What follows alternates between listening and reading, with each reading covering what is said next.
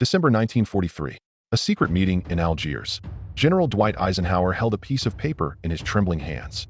It was a report about General George Patton, and what it said made Eisenhower's blood run cold. Patton had done it again, but this time, the consequences could lose them the entire war. Let's rewind a few months. Sicily, August 1943. The Allied forces were pushing through Italy. Victory seemed close, but inside a military hospital, something happened that would change everything. General Patton walked into a medical tent.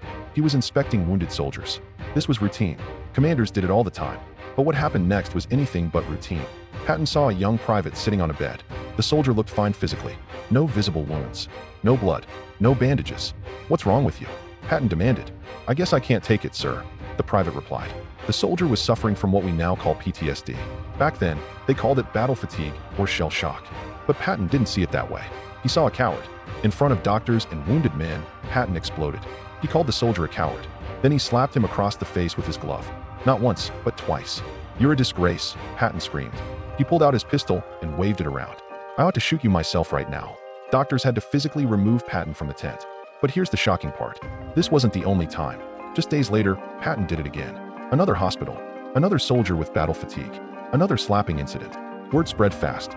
And when the reports reached Eisenhower's desk, he faced an impossible choice. A choice that kept him awake for nights. A choice that could determine whether the Allies won or lost World War II. Here's what most people don't understand. Eisenhower didn't just dislike Patton's behavior.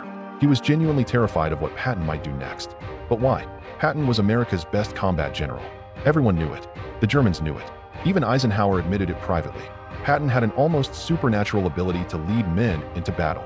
His Third Army moved faster than any army in history. He won battles that other generals said were impossible. Eisenhower had a massive problem. He needed Patton for the war. But Patton was a ticking time bomb. Think about it from Eisenhower's perspective. He was planning the largest military invasion in human history. D-Day, the invasion of Normandy. If it failed, the war could drag on for years. Millions more could die, and Patton was supposed to be a key part of that invasion. But could Eisenhower trust him? The slapping incidents proved something terrifying. Patton couldn't control himself. He was impulsive, aggressive, unpredictable. He ignored rules. He did whatever he wanted, whenever he wanted.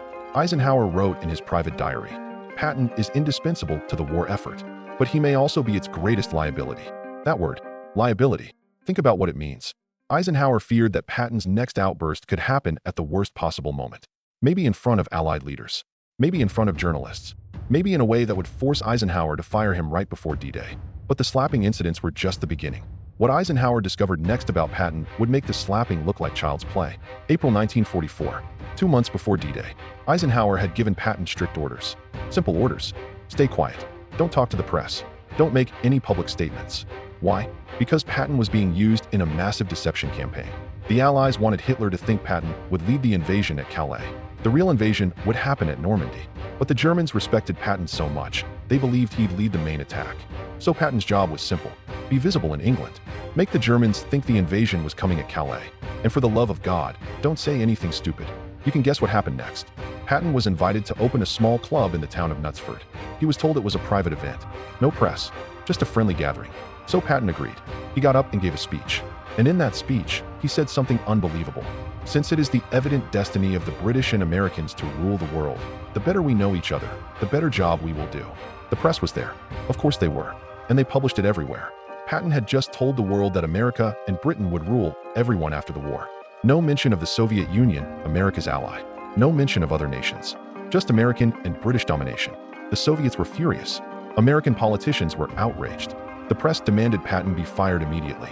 And Eisenhower? He was beyond terrified. Eisenhower called Patton to his headquarters. According to witnesses, Eisenhower was shaking with anger and stress.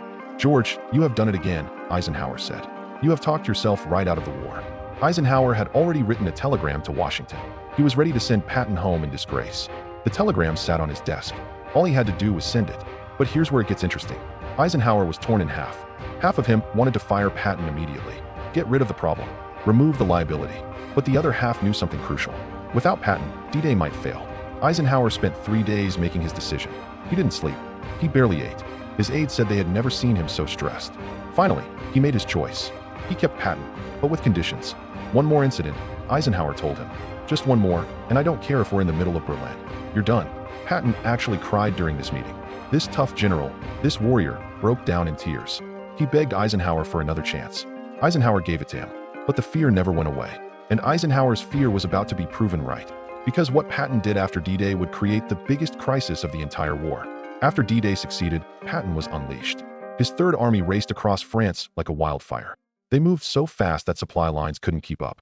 Towns fell before the Germans even knew Patton was coming. Eisenhower was supreme commander. He had a plan, a careful, coordinated plan for how the Allied armies would advance. Every general had a role. Every army had objectives. But Patton didn't care about plans. He ignored orders constantly. If Eisenhower told him to stop and wait for supplies, Patton would misunderstand the order and keep advancing. If Eisenhower told him to support another general, Patton would find excuses to pursue his own objectives. Eisenhower would send direct orders, "Halt your advance." Patton would reply, "Message received unclear due to radio interference. Continuing mission." Then he'd cut the radio connection. This happened dozens of times. Eisenhower's staff would tear their hair out in frustration. But what could Eisenhower do? Patton was winning. His tactics worked. The Germans feared him more than any other Allied commander. But here's what terrified Eisenhower. Patton wasn't just ignoring orders for tactical reasons. He was doing it because he believed he was right and everyone else was wrong. Patton saw himself as a warrior destined for glory. He believed in reincarnation. He thought he had fought in ancient battles with Alexander the Great and Napoleon. He genuinely believed he understood war better than anyone alive. And maybe he did, but that made him dangerous. September 1944. The Allies were closing in on Germany. British Field Marshal Montgomery proposed Operation Market Garden, a massive airborne assault to cross the Rhine River and end the war by Christmas. Eisenhower approved it. He diverted supplies from Patton's Third Army to support Montgomery's operation. Patton was furious. "Give me the supplies instead," Patton demanded. "I can be in Berlin in 2 weeks. We can end this war right now." Eisenhower refused. The decision was made. But Patton didn't stop. He argued. He pleaded. He schemed.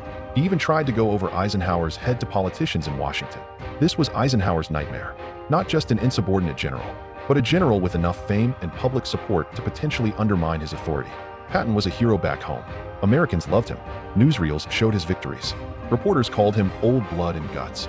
If Patton publicly disagreed with Eisenhower, who would the American public believe? This is what Eisenhower secretly feared most. Not that Patton would fail in battle, but that Patton would become too powerful to control. Operation Market Garden failed. Montgomery's plan didn't work, and Patton never let Eisenhower forget it. "I told you so," Patton would say at meetings. "We'd be in Berlin now if you'd listened to me." Eisenhower would clench his jaw and say nothing. But inside, the fear was growing. Then came the incident that almost destroyed everything. The moment when Eisenhower's worst fears nearly came true. May 1945. The war in Europe was over. Germany had surrendered. But Eisenhower's problems with Patton were just beginning. Patton was made military governor of Bavaria. His job was to help rebuild Germany and remove Nazis from power. Simple enough, right? Wrong. Patton didn't see the point. He looked at Germany and saw what he thought was the real enemy, the Soviet Union. Patton hated communism. He believed the Americans had just defeated the wrong enemy. "We should keep going," Patton said publicly. "We should push the Soviets back to Moscow. They're the real threat." Eisenhower ordered him to stop making such statements. The Soviet Union was America's ally. You couldn't just talk about attacking them. But Patton kept talking. Then came the press conference that ended everything. A reporter asked Patton why he was keeping Nazi party members in government positions. Instead of giving a political answer, Patton told the truth as he saw it. "The Nazi thing is just like a Democrat-Republican election fight," Patton said. He compared being a Nazi to being a Democrat or Republican, as if it was just normal politics. The reaction was instantaneous. The press exploded. Politicians in Washington demanded action. Veterans groups were outraged. Jewish organizations called for his immediate removal. And Eisenhower? He was done. This time, there was no debate. No sleepless nights. No agonizing over the decision. Eisenhower relieved Patton of command. After everything they'd been through, after all the victories, after all the second chances, it was over. Patton was reassigned to a meaningless paper-pushing job. No more armies. No more combat. No more glory. For Patton, it was a death sentence. Not literally, but spiritually. He fell into a deep depression. He wrote to his wife, "All the greatness is gone." 3 months later, December 1945, Patton was paralyzed in a car accident in Germany. He died 12 days later. Some historians think it wasn't really an accident. Some believe Patton was so depressed that he was careless. Maybe even that he wanted it to happen. We'll never know for sure. So why did Eisenhower secretly fear Patton? It wasn't because Patton was a bad general. He was brilliant. It wasn't because Patton was cruel. War is cruel. Eisenhower feared Patton because Patton was uncontrollable. In modern terms, Patton was like a nuclear weapon, incredibly powerful, capable of winning the war, but also capable of destroying everything if it went off at the wrong time. Eisenhower carried the weight of millions of lives. He couldn't afford a general who might cause an international incident, who might say the wrong thing to the wrong person, who might start a war with the Soviet Union because of his personal beliefs. Patton saw war as glorious. Eisenhower saw it as necessary evil. Patton wanted to be remembered as a great warrior. Eisenhower wanted to end the killing. Patton believed in destiny and reincarnation. Eisenhower believed in organization and politics. They were opposite men forced to work together by history. And while Patton may have been the better warrior, Eisenhower understood something Patton never did. Winning battles means nothing if you lose the peace. Eisenhower feared Patton because great men, when unrestrained, can be just as dangerous as great enemies. And in the end, Eisenhower's fears were proven right. What do you think? Was Eisenhower right to fear Patton? Or should he have given him more freedom? Let us know in the comments. And if you want to hear more untold stories from World War II, hit that subscribe button.